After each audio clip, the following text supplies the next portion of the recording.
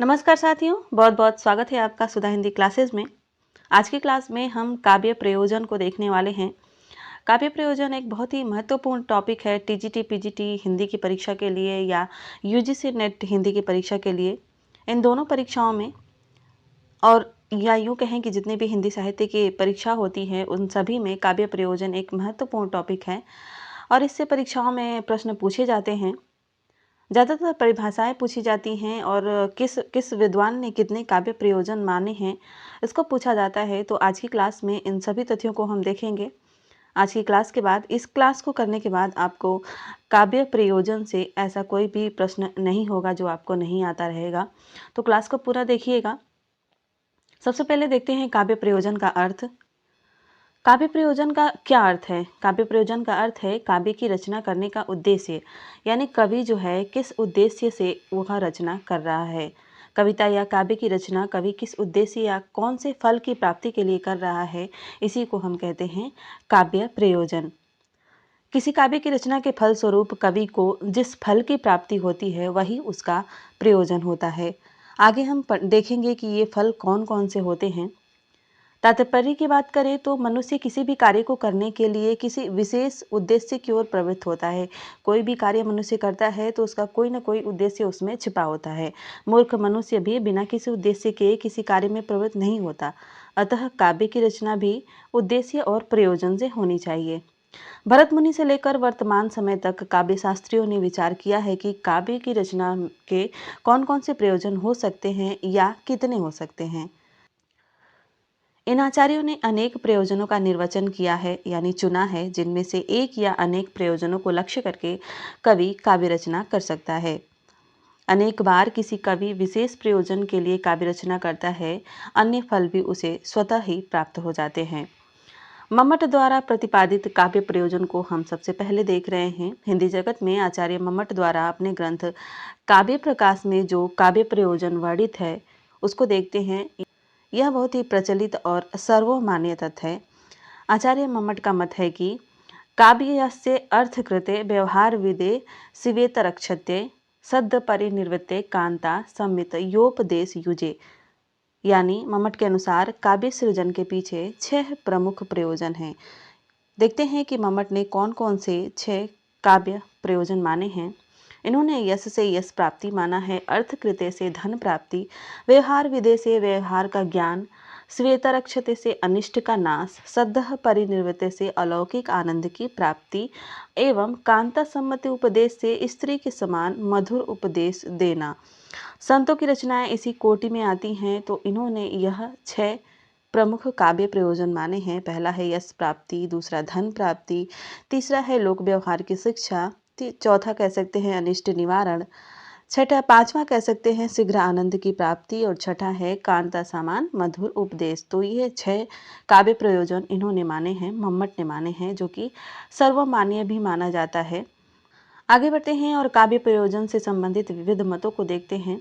काव्य प्रयोजन से संबंधित संस्कृत, हिंदी और पाश्चात्य जगत के विद्वानों ने अपने अपने मत दिए हैं और उनमें से कुछ विद्वानों के मत हम आगे देखने वाले हैं। क्लास अच्छी लगी तो लाइक ज़रूर करिएगा और चैनल पर पहली बार आए हों तो चैनल को सब्सक्राइब अवश्य कर लीजिएगा। सबसे पहले हम संस्कृत आचार्यों द्वारा दिए गए जो काव्य प्रयोजन हैं और जो स्वीकार किए गए हैं उनको देखेंगे। और सबसे पहले इसमें आते हैं आचार्य भरत मुनि। भरत मुनि ने काव्य प्रयोजन नाटक के संदर्भ में दिया है। नाटक के माध्यम से इन्होंने अपना मत दिया है। ये कहते हैं कि दुखार्ता नाम, श्रमार्ता नाम, शोकार्ता नाम, तपस्वी नाम, विश्राम जननम लोके नाट्यमेतद भविष्यत। यानी इन्होंने कहा है कि यह नाटक संसार में दुख से दुखी, श्रम से दुखी, शोक से दुखी तपस्वियों को शांति देने वाला होगा। काव्य प्रयोजन के प्रारंभिक संकेत जो है आचार्य भरत मुनि की नाट्य शास्त्रों में मिलता है और इसी में कहा गया है कि नाट्य जो कि काव्य है दुख, श्रम, शोक से पीड़ित संसारी लोगों के लिए सुख का साधन हो सकेगा। एक और परिभाषा इन्होंने दी है। इन्होंने कहा है कि धर्मस्य आयुषम हितम बुद्धि विवर्धनम लोकोपदेश जननम नाट्यमेतम भविष्यति। यानी इन्होंने धर्म, यश, आयु में वृद्धि, हित, वृद्धि का विकास, लोक व्यवहार की शिक्षा इत्यादि को जो है काव्य प्रयोजन माना है। आचार्य भरत मुनि ने इस युक्ति के माध्यम से बताया है कि काव्य धर्म, यश, आयुर्वर्धक, हितकारक, बुद्धिवर्धक और लोकोपदेश होता है। इस प्रकार भरत मुनि ने जनहित को काव्य का प्रमुख प्रयोजन मानते हुए धर्म, यश, आयु, हित के साथ ज्ञात व उपदेश नाट्य को काव्य प्रयोजन के रूप में स्वीकारा है। तो इन सभी चीज़ों को आप लोग नोट कर लीजिएगा। गिनना है आप लोगों को कि किस आचार्य ने कितने काव्य प्रयोजन माने हैं। तो भरत मुनि ने 6 माने हैं। धर्म, यश, आयु में वृद्धि, हित, वृद्धि का विकास, लोक व्यवहार की शिक्षा, ये इन्होंने 6 माने हैं। आगे बढ़ते हैं और आचार्य भामा को देखते हैं, इन्होंने कौन कौन से काव्य प्रयोजन माने हैं। भामा जी ने भी अपने ग्रंथ काव्य अलंकार में 7 काव्य प्रयोजन माने हैं। इन्होंने माना है धर्म, अर्थ, काम, मोक्ष, कलाओं में निपुणता, प्रीति तथा कीर्ति। इन्होंने कहा है, इनका एक श्लोक है कि धर्मार्थ काम मोक्षेषु वैक्षयम कलासु च करोति प्रीति कीर्ति च साधु काव्यम निबंधनम। इन्होंने धर्म, अर्थ, काम, मोक्ष यानी जो चारों पुरुषार्थ होते हैं उसको लेकर के कलाओं में दक्षता, यश और आनंद, इन 3 यानी कुल मिलाकर 7 काव्य प्रयोजन इन्होंने माने हैं। तो इस चीज़ को भी आप लोग नोट कर लीजिएगा। इन सभी तथ्यों को आप लोग नोट करते चलिएगा, नोट करने से याद होता है। बात करते हैं आचार्य वामन की। वामन जी ने काव्यम सदृष्टा दृष्टार्थ प्रीति कीर्ति हनुत्वा कहकर 2 काव्य प्रयोजन माने हैं। कौन कौन से? प्रीति जो कि आनंद साधना है और कीर्ति स्वीकारा है। और इनके दृष्टि में प्रथम दृष्ट व द्वितीय अदृष्ट काव्य प्रयोजन है। इस तथ्य को आप लोग नोट कर लीजिएगा। इनकी दृष्टि में प्रथम दृष्ट व द्वितीय अदृष्ट जो है काव्य प्रयोजन है। दृष्ट जो है वह आनंद है, अदृष्ट जो है वह यश है। ये 2 काव्य प्रयोजन इन्होंने माने हैं। आगे बढ़ते हैं, अभिनव गुप्त का देखते हैं। अभिनव गुप्त ने क्या कहा है? अभिनव गुप्त ने काव्य का मुख्य प्रयोजन प्रीति व आनंद साधना को माना है। आनंदवर्धन की बात करते हैं तो इन्होंने भी प्रीति यानी आनंद साधना को ही काव्य प्रयोजन स्वीकार किया है। इन्होंने कहा है कि तेन ब्रूमः सहृदय मन प्रियते तत्व स्वरूपम, यानी काव्य सहृदयों के मन को आनंद देने के लिए होता है, प्रीति ही उसका स्वरूप है। तो आनंदवर्धन ने प्रीति यानी आनंद साधना को काव्य का प्रयोजन स्वीकार किया है। तो प्रश्न पूछा जाए तो आप यहाँ से बता सकते हैं।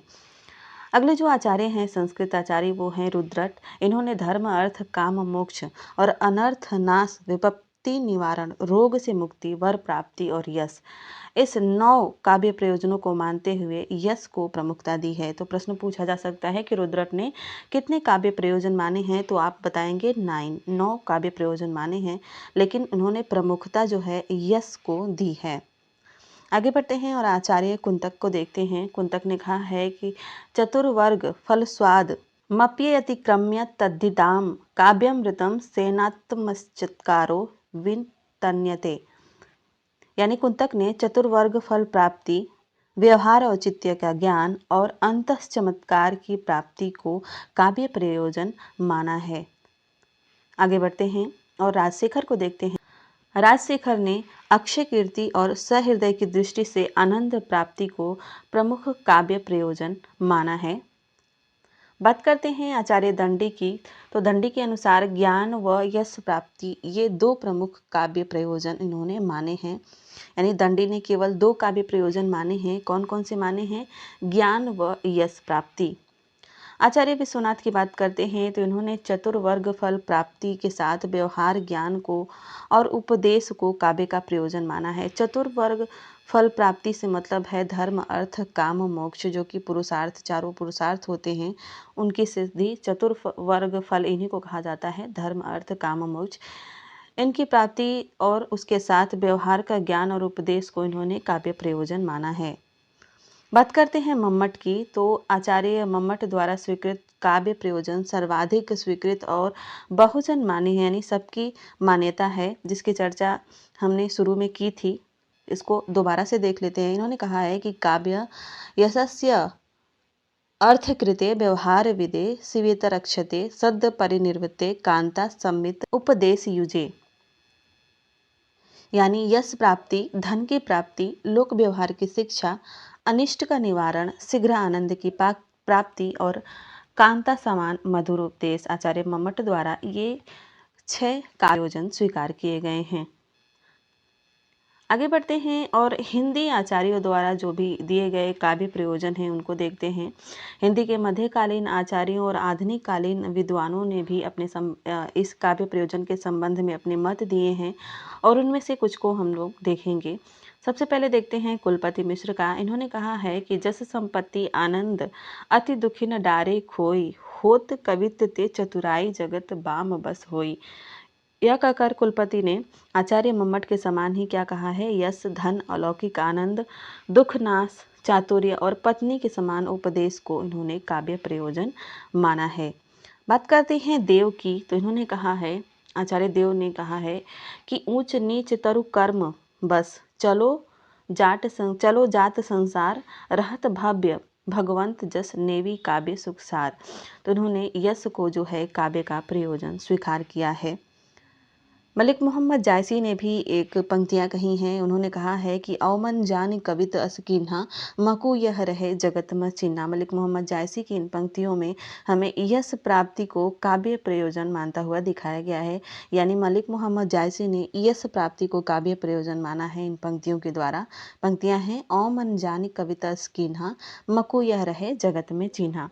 बात करते हैं भिखारी दास की, तो इन्होंने भी कहा है, भिखारी दास ने चतुर्वर्ग फल प्राप्ति यानी धर्म अर्थ काम मोक्ष इन चारों को काव्य का प्रयोजन मानते हुए कहा है कि एक लहे तप पुंजन के फल जो तुलसी और सूर गोसाई। यानी यहाँ इन पंक्तियों में आपको धर्म, जो कि धर्म है, इसको काव्य प्रयोजन बताया गया है और वो कौन कौन से हैं, तुलसी और सूरदास जी के द्वारा किया गया है। एक लहे बहु संपत्ति केशव भूषण ज्यों बर भीड़ बनाई। यानी केशवदास और भूषण जो कि इनके काव्य का प्रयोजन जो है वो अर्थ था। तो यहाँ से आपको इन पंक्तियों से अर्थ मिल जाएगा। एकन ही सो जस ही सो प्रयोजन रहीम रस खान किनाई। रहीम दास और रस खान इन दोनों का काव्य प्रयोजन था यश, यश प्राप्ति। जस जस यानी यश, यहाँ पे जो जस लिखा हुआ है इसका अर्थ है यश। और दास कवितान की चर्चा बुद्धिवंतन को सुख दे सब ठाई। दास यानी इन्होंने खुद को कहा है, भिखारी दास, इन्होंने कहा है खुद की, यानी ये क्यों कविता लिख रहे हैं, इन खुद का प्रयोजन इन्होंने बताया है कि इन्होंने कविता इसलिए की है कि बुद्धिवंत जो विद्वान जन हैं उनको सुख दे, शांति दे, यानी आनंद प्राप्त हो। तो इस तरह से इन्होंने धर्म अर्थ यश और आनंद इन चारों को जो है काव्य का प्रयोजन माना है। तो प्रश्न पूछा जाए अगर कि भिखारी दास ने कितने काव्य प्रयोजन माने हैं, तो आप बता सकते हैं कि 4 माने हैं काव्य प्रयोजन इन्होंने, धर्म अर्थ और यश और आनंद। आगे बढ़ते हैं और तुलसीदास जी को देखते हैं। तुलसीदास जी ने भी काव्य प्रयोजन बताया है। तो गोस्वामी तुलसीदास ने स्वांत सुखाय तुलसी रघुनाथा कह करके इन्होंने स्वांत सुखाय को काव्य का प्रयोजन माना है। वहीं अन्य कवियों के विषय में भी वे कहते हैं कि कीरति भनीति भूति भली सोई सुरसरी सम सब कर हित होई। यानी इन्होंने ऐसी कविता कहने को कहा है जिससे सबका कल्याण हो। तुलसीदास के अनुसार कीर्ति कविता और संपत्ति वही उत्तम है जो गंगा के समान सबका कल्याण करे, सबकर हित होई। उन्होंने कहा है सबकर हित होई। इस प्रकार वे लोक मंगल को भी काव्य का प्रयोजन मानते हैं। आगे बढ़ते हैं और आधुनिक काल के हिंदी आलोचक हैं उनके द्वारा जो काव्य प्रयोजन माने गए हैं उनको भी देख लेते हैं। आचार्य द्विवेदी जी ने ज्ञान विस्तार और मनोरंजन को काव्य का प्रयोजन माना था। द्विवेदी जी ने कवि कर्तव्य का निरूपण करते हुए कहा है कि बचे हुए पंडितों का कथन है कि कवि भी धर्म संस्थापनार्थाय उत्पन्न होते हैं। उनका काम केवल तुक मिलाना या पावस पचासा लिखना नहीं, कवियों को ऐसा करना पड़ता है, वे स्वभाव ही ऐसा करते हैं कि संसार का कल्याण हो और इस प्रकार उनका नाम आप ही अमर हो जाए। सारांश यह है कि कविता लिखते समय कवि के सामने एक ऊंचा उद्देश्य अवश्य रहना चाहिए। केवल कविता के लिए ही कविता करना एक तमाशा है। इन्होंने इसको रसज्ञ रंजन में लिखा था। पृष्ठ संख्या 27 में आपको मिल जाएगा ये। बात करते हैं मैथिली शरण गुप्त की। तो मैथिली शरण गुप्त ने भी उपदेश दिया है काव्य प्रयोजन के बारे में। उन्होंने कहा है कि मनोरंजन और उपदेश ये 2 चीज़ें होती हैं काव्य के लिए। उन्होंने कहा है कि केवल मनोरंजन न कवि का कर्म होना चाहिए, उसमें उचित उपदेश का भी मर्म होना चाहिए। क्यों आज रामचरितमानस सब कहीं सम्मान्य है। उन्होंने उदाहरण भी दिया है कि क्यों रामचरितमानस आज हर जगह जो है सम्मान्य है, क्योंकि उसमें जो है उपदेश दिया गया है, लोगों के हित की बातें कही गई हैं। सत्य काव्य युद्ध उसमें परम आदर्शों का प्राधान्य है। उन्होंने, यह पूरी पंक्तियाँ थी। सत्य काव्य युद्ध उसमें परम आदर्शों का प्राधान्य है। तो पूरी पंक्तियों के द्वारा मैथिली शरण गुप्त जी ने कहा है कि केवल मनोरंजन करना कवि का कर्म नहीं होना चाहिए, उसकी कविता में कुछ उपदेश भी होना चाहिए। तो यह मैथिली शरण गुप्त के द्वारा काव्य प्रयोजन था। आगे बढ़ते हैं और रामचंद्र शुक्ल जी को देखते हैं।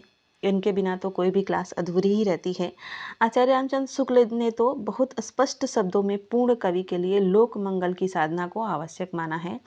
उन्होंने काव्य के दो विभाग किए हैं, लोक मंगल यानी आनंद की साधना अवस्था को लेकर चलने वाला काव्य, और लोक मंगल यानी आनंद की सिद्धावस्था को लेकर चलने वाला काव्य। उन्होंने कहा है कि कविता का अंतिम लक्ष्य जगत के मार्मिक पक्षों का प्रत्यक्षीकरण कर उनके साथ मनुष्य हृदय का सामंजस्य स्थापन है। इन्होंने कहा है कि इसमें लोक मंगल की साधना अवस्था को लेकर चलने वाले काव्यों में ही असौंदर्य के आवरण को हटाकर सौंदर्य का उद्घाटन होता है। अगर इनके शब्दों में ही बात करें तो इन्होंने कहा है कि आदि कवि वाल्मीकि की वाणी इसी सौंदर्य के उद्घाटन महोत्सव का दिव्य संगीत है। बहुत ही महत्वपूर्ण कथन है, इसको आप लोग नोट कर लीजिएगा। कहना न होगा कि वाल्मीकि जी को अपना आदर्श मानते हैं यह, और कविता के अंतिम लक्ष्य को निर्दिष्ट करते हुए वह कहते हैं कि कविता का अंतिम लक्ष्य जगत के मार्मिक पक्षों का प्रत्यक्षीकरण करके उनके साथ मनुष्य हृदय का सामंजस्य स्थापन है। बात करते हैं नंद दुलारे वाजपेयी की, तो इन्होंने आत्माभिव्यक्ति को काव्य का प्रयोजन माना है। प्रश्न पूछा जाए कि नंद दुलारे वाजपेयी ने काव्य प्रयोजन किसे माना है, तो इन्होंने आत्माभिव्यक्ति को काव्य प्रयोजन माना है। जयशंकर प्रसाद की बात करें तो इन्होंने कहा है कि संसार को काव्य से दो तरह के लाभ पहुंचते हैं, मनोरंजन एवं शिक्षा। तो उन्होंने दो काव्य प्रयोजन माने हैं। जयशंकर प्रसाद ने दो काव्य प्रयोजन माने, मनोरंजन एवं शिक्षा। सुमित्रानंदन पंत की बात करें तो पंत जी ने भी स्वांत सुखाय और लोकहित को काव्य का प्रयोजन माना है। बात करते हैं कुछ और लेखकों की, जैसे कि डॉक्टर नगेंद्र हैं। इन्होंने लोक मंगल एवं आनंद की प्राप्ति को काव्य रचना का मुख्य प्रयोजन माना है, और इसमें भी सापेक्षिक महत्व आनंद का इन्होंने दिया है, सापेक्षिक महत्व आनंद को दिया है। बाबू गुलाब राय की बात करें तो उन्होंने कहा है कि रसानंद, रस का आनंद ही सबका जीवन रस है, इसी से लोकहित का मान है, इन्होंने यह कहा है। पाश्चात्य काव्य शास्त्रियों के द्वारा जो काव्य प्रयोजन दिया गया है उसको भी देख लेते हैं। प्लेटो से लेकर I.A. रिचर्ड पर्यंत अनेक पाश्चात्य मनीषियों ने इस संबंध में अनेक विचार दिए हैं। विषय के आधार पर हम इन्हें चार भागों में विभक्त कर सकते हैं। पहला जो वर्ग था वह पाश्चात्य विद्वानों का एक वर्ग था जो कि लोक मंगल को काव्य का प्रयोजन स्वीकार करता था। इस वर्ग में प्लेटो, रस्किन, टॉलस्टॉय आदि विद्वानों के नाम आते हैं। यह जो पोर्शन है पाश्चात्य विद्वानों का, यह यूजीसी नेट की परीक्षा के लिए भी बहुत ही महत्वपूर्ण है। जितने भी यूजीसी नेट के विद्यार्थी हैं वो इस क्लास को ध्यान से देखिएगा। दूसरा जो वर्ग था वो पाश्चात्य विद्वानों का वह दूसरा वर्ग था जो आनंद को काव्य का प्रयोजन स्वीकार करता था, और इस वर्ग में हम शिलर एवं शैली आदि विद्वानों को सम्मिलित कर सकते हैं। तीसरा जो वर्ग था वह था नीति और आनंद को काव्य का प्रयोजन स्वीकारने वाला। इसमें अरस्तु, ड्राइडन, मैथ्यू अर्नल्ड आदि आते हैं। और चौथा जो वर्ग था वह कला को कला के लिए स्वीकारता था, और इनके अनुसार काव्य और जीवन का कोई सीधा संबंध नहीं है। न इस विचार को मानने वाले विद्वानों में फ्लावर्थ, वाल्टर पेपर, स्पिनगार्न, आस्कर और ब्रेडले आदि आते हैं। तो ये थी आपकी काव्य प्रयोजन की क्लास, बहुत ही महत्वपूर्ण क्लास थी। कैसी लगी कमेंट करके ज़रूर बताइएगा, और कुछ नहीं समझ में आया हो तो कमेंट में ज़रूर पूछिएगा। जब आप कमेंट करते हैं तो मुझे बहुत अच्छा लगता है और पता चलता है कि हाँ क्लास कैसी हुई। नहीं समझ में आया हो तो एक बार कमेंट करके ज़रूर बताइएगा, ताकि मैं आपको दोबारा से इसको समझा सकूँ। मिलते हैं अगली क्लास में, तब तक के लिए धन्यवाद।